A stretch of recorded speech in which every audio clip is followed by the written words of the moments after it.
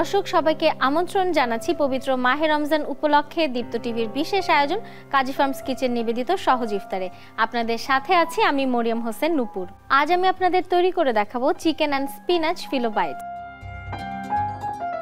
এই রেসিপিটি তৈরি করতে আমি ব্যবহার করছি কাজী ফার্মস কিচেনের ফিলো পেস্ট্রি শিট, ব্যবহার করছি কাজী ফার্মস কিচেনের চিকেন ব্রেস্ট বোনলেস। এছাড়াও লাগছে রসুন কুচি, পালং শাক কুচি, লাগছে গোলমরিচ গুঁড়ো, লবণ, বাটার, ক্রিম চিজ, চিকেন কিমা। কাজী ফার্মস কিচেনের চিকেন ব্রেস্ট পিসগুলোকে আমি কিমা করে নিয়েছি। লাগছে লেবুর রস। আমি প্রথমেই একটু বাটার মেল্ট করে নেব। দর্শক এই ফাঁকে আমি আমার ওভেনটিকে প্রিহিট করতে দিয়ে আসছি।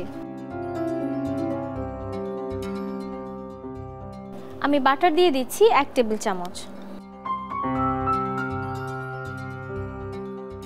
দর্শক আমার বাটার মেল্ট হয়ে গেছে। এর মধ্যে আমি এখন দিয়ে দিচ্ছি রসুন কুচি। আমি রসুন কুচি দিয়ে দিচ্ছি 1.5 চা চামচ পরিমাণ। রসুন ভাজা হয়ে গেলে এর মধ্যে আমি চিকেন কিমা দিয়ে দিচ্ছি। আমি চিকেন কিমা দিয়ে দিচ্ছি 1 কাপ পরিমাণ। কাজী ফার্মস কিচেনের চিকেনগুলো কিন্তু ভেজিটেবল ফিট এবং কাজী ফার্মস কিচেনের কোনো চিকেনে কিন্তু অ্যান্টিবায়োটিক রেসিডিউ থাকে না। নিজস্ব খামারে অত্যন্ত যত্নের সাথে কিন্তু তাদের চিকেনগুলোকে বড় করা হয়। আপনি নিশ্চিন্তে আপনার পরিবারের জন্য কিন্তু এই চিকেনগুলো ব্যবহার করতে পারেন। এর মধ্যে আমি এবারে দিয়ে দিব লবণ এবং গোলমরিচ গুঁড়ো। লবণ দিয়ে দিচ্ছি কালো গোলমরিচ গুঁড়ো। ঝাল একদম নিজের পছন্দ অনুযায়ী, কেউ চাইলে কাঁচামরিচ কুচিও ব্যবহার করতে পারেন। আমার চিকেন কিমাগুলো কিন্তু প্রায় ভাজা হয়ে এসেছে। এবারে এর মধ্যে আমি দিয়ে দিচ্ছি লেবুর রস।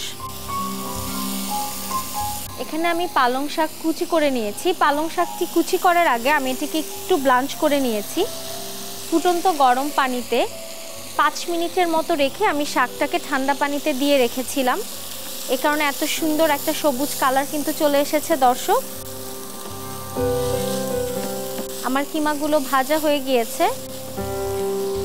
আপনাদের হাতের কাছে যদি এরকম চিকেন ব্রেস্ট বোনলেস পিসেসগুলো থাকে, খুব সহজেই কিন্তু রমজানে এরকম একটা রেসিপি আপনারা তৈরি করে ফেলতে পারেন। ব্যাস আমার রান্নাটা তৈরি। এবারে আমি এর মধ্যে ক্রিম চিজ মিশিয়ে নিচ্ছি। আপনাদের কাছে ক্রিম চিজ না থাকলে গুঁড়ো দুধ ব্যবহার করতে পারেন। এটাকে কিছুক্ষণ ঠান্ডা হতে দিয়ে আমি ফিলো পেস্ট্রি শিটগুলোকে রেডি করে নিচ্ছি। কাজী ফার্মসের ফিলো পেস্ট্রি শিটগুলো এত সহজে হ্যান্ডেল করা যায়। আপনারা জাস্ট ব্যবহার করার আধা ঘন্টা আগে যদি একটু বের করে রাখেন, এরকম খুব সহজেই কিন্তু খুলে নিয়ে আসতে পারবেন। আমি 2টো করে পেস্ট্রি শিট আলাদা করে নিচ্ছি। এবারে আমি ফিলো পেস্ট্রি শিটগুলোতে বাটার ব্রাশ করে নিচ্ছি। দিয়ে দিচ্ছি বাটার। বাটার দেওয়াতে হবে কি, আমি যখন এটাকে বেক করব তখন লেয়ারগুলো খুব সুন্দর খুলে খুলে আসবে। দর্শক এবারে আমি এটিকে কেটে নিচ্ছি। আপনারা আপনাদের সুবিধা মতো শেপে কিন্তু এটাকে ভাঁজ করে নিতে পারেন। আমি এবারে চিকেনের পুরটাকে এর মধ্যে দিয়ে দেব।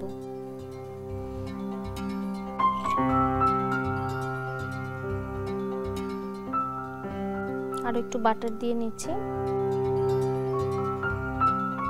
উপরে আর একটু বাটার ব্রাশ করে নিচ্ছি। এবারে আমি এটাকে ওভেনে বেক করতে দিয়ে দিচ্ছি।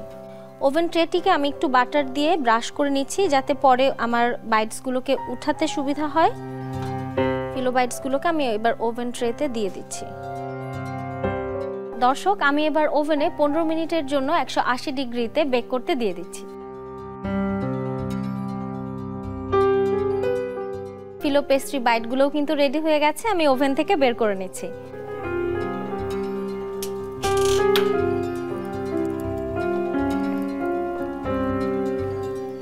সার্ভ করার আগে আমি একটু বাটার ব্রাশ করে দিচ্ছি। আমি সার্ভ করে নিচ্ছি।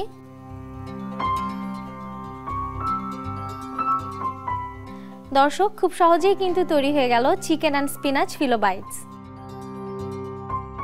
দর্শক এরকম মজাদার এবং সহজ ইফতার রেসিপি দেখতে চোখ রাখুন দীপ্ত টিভির পর্দায়। আগামীকাল আবারও হাজির হয়ে যাব নতুন কোনো রেসিপি নিয়ে। ততক্ষণ পর্যন্ত সুস্থ থাকুন, ভালো থাকুন এবং দীপ্ত টিভির সাথেই থাকুন।